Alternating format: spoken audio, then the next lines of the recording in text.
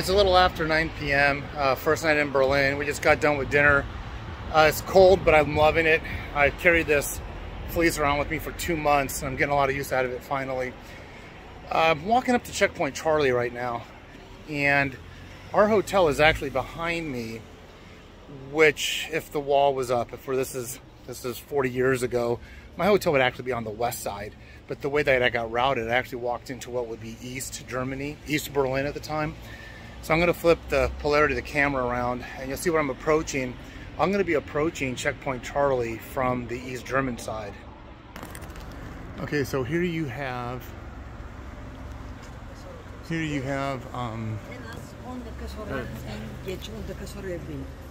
one of the museums here, right?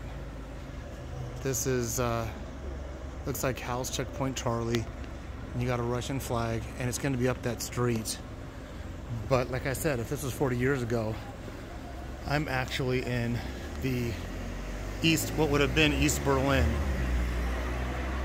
So I'll be traveling from East Berlin into West Berlin, going through Checkpoint Charlie. Okay, so I came off the street actually. I actually came from this direction. I just came down the street to get perspective. So I was filming, I was coming down this direction, then I was showing you guys this. Then I backed up to this perspective, and this would have been East Berlin, which is interesting because there's a subway entrance right behind me. This would have been East Berlin, looking into West Berlin, and that would be the Russian checkpoint. There's an American flag there, but I'm going to pause it and walk towards it. If you saw the movie Gotcha with Anthony Edwards, it came out in the 80s. I think it came out after the wall went down. Then this would have been that area where he flips off the Russians after he gets back to the US side. Just until the light turns green, I'm just going to show you some architecture. Oh, I got a green light. So I chose to come up on this side of the street because there's some construction over there, and a lot of people are walking in. They would have been in the video. So this is so interesting that people are just driving and it's all normal for them. Now, one thing I wanted to note, this is interesting, look at this souvenir shop.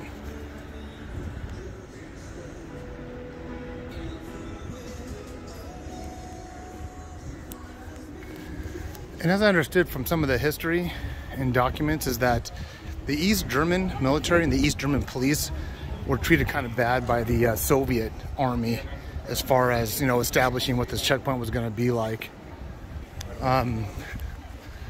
So I think on the other side of this Russian soldier, there's a picture of an American. And I think during the day, there are like reenactors here that will wear the different uniforms. You can take pictures with them, kind of like Hollywood. They're not real soldiers. So here.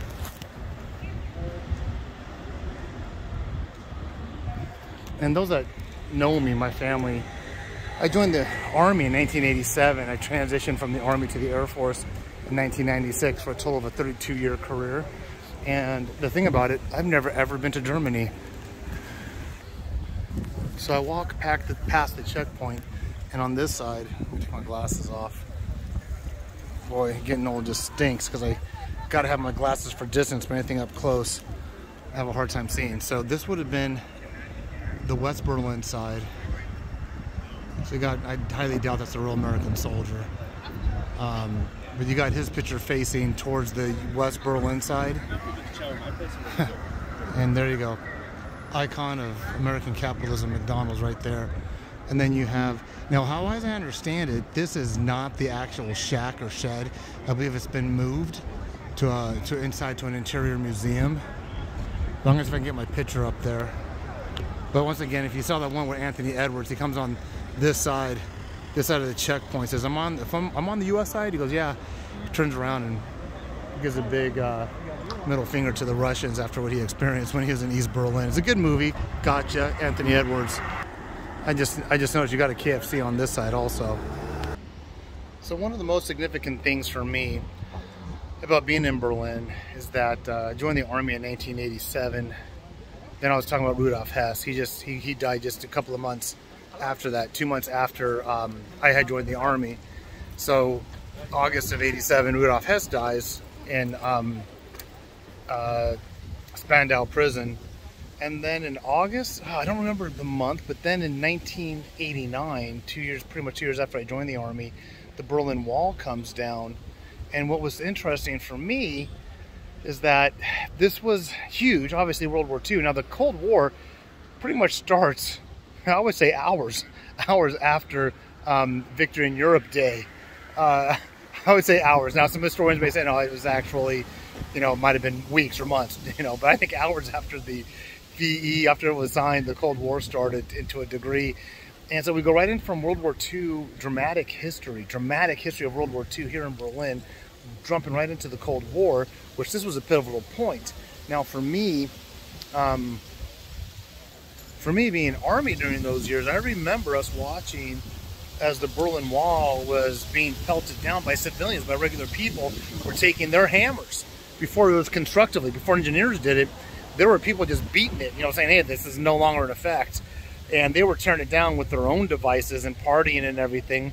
My wife, Julie, comes out here in 1992, and she wouldn't go past, let me turn it around again. And I think when she came out, all the original establishment of Checkpoint Charlie was still in place. They haven't really made any kind of museum stuff out of it yet. And she said her friends came up to this point, but on the other side of that booth where East Berlin would have started, she said her and her friends just decided not to go. It still looked stark, still had a lot of that feel of communist-controlled Berlin. They said, no, we didn't even go over to East Berlin. We got to this point, went to the museum, and didn't go any further in.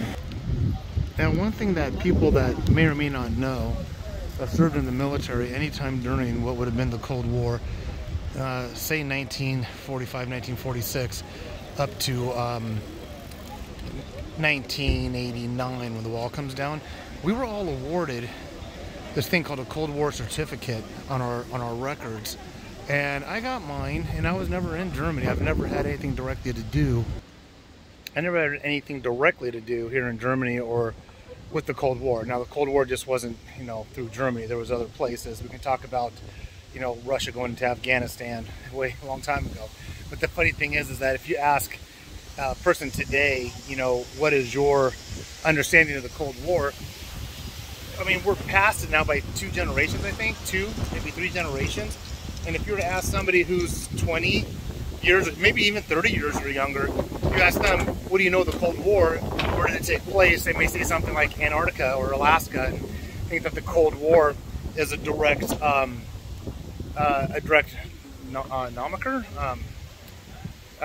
content to an area that was very cold.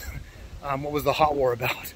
So they wouldn't probably associate what guys like me that were in the military at the time, because like I said, when I was in the Army and the wall comes down, we were all watching it on TV like, this cannot be happening. This is really, really happening. And some of us were looking at it saying, no, this can't be real. And once that, not real, but this can't go all the way because someone's going to change their mind, and those people breaking down the wall are going to get attacked or thrown in jail or something. Because everything we were trained to Russia was our main enemy, and we were trained to be prepared for when the Cold War, when the balloon went up. Anyone watching it that was my age that served in the military, term used often, when the balloon goes up. What you're looking at now, I'm imagining would have been an intermediary zone. Now I got the checkpoint behind me, and I was just saying this is the second time I've seen the U.S. flag fly since I've been here in Europe and when I was in Africa, meaning Morocco, at the U.S. consulate, I think it's called, or the U.S. Legation Museum. That was once the U.S. consulate in Tangier. I saw U.S. flag fly there. They got U.S. flag flying here, right at the Checkpoint Charlie. I'm at the vantage point where I'm looking westbound. So that'd be looking into what would have been West Berlin, and this would be East Berlin. And I think between the checkpoint behind me and what we see here on the streets was pretty much like a no man's land, where you would have directional traffic, foot traffic or auto traffic heading westbound, and then these would be heading eastbound. And I believe the Russian checkpoint was probably where that light is. There's probably another booth similar to what I have behind me where the Russians would vet people coming and going. And as far as I know, and I believe, it was only U.S. There was a stipulation. There was only a certain amount of people that were allowed. Oh, this is a good, interesting point I was trying to tell my girls. What makes it so historic, there was one point where you see on one side is US tanks here, Russian tanks here, and I forgot what the issue was, but there was a standoff, and it probably has the information there. But I'm looking inside the booth, and I don't know if my video cut off, but this structure looks exactly like the original booth, but as I understand it, this was not the booth that was standing. This is not the Checkpoint Charlie booth, and these are not real sandbags. Believe me, I know. These are cement fabricated ones to hang out, otherwise they'd probably be cut.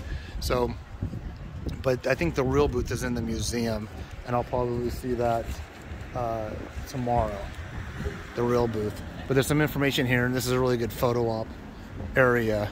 So I'm kind of going to conclude this, probably read up on it a little bit. I'll shoot this video out tonight. Like I said, we just got in here tonight, but this is one of the main things I wanted to see. And, oh look, they got a Hard Rock Cafe right there. I think it's a Hard Rock. Yeah, it is. Okay, cool. All right, so I'm going to conclude this for tonight. I'll have more footage on the Checkpoint Charlie Museum tomorrow.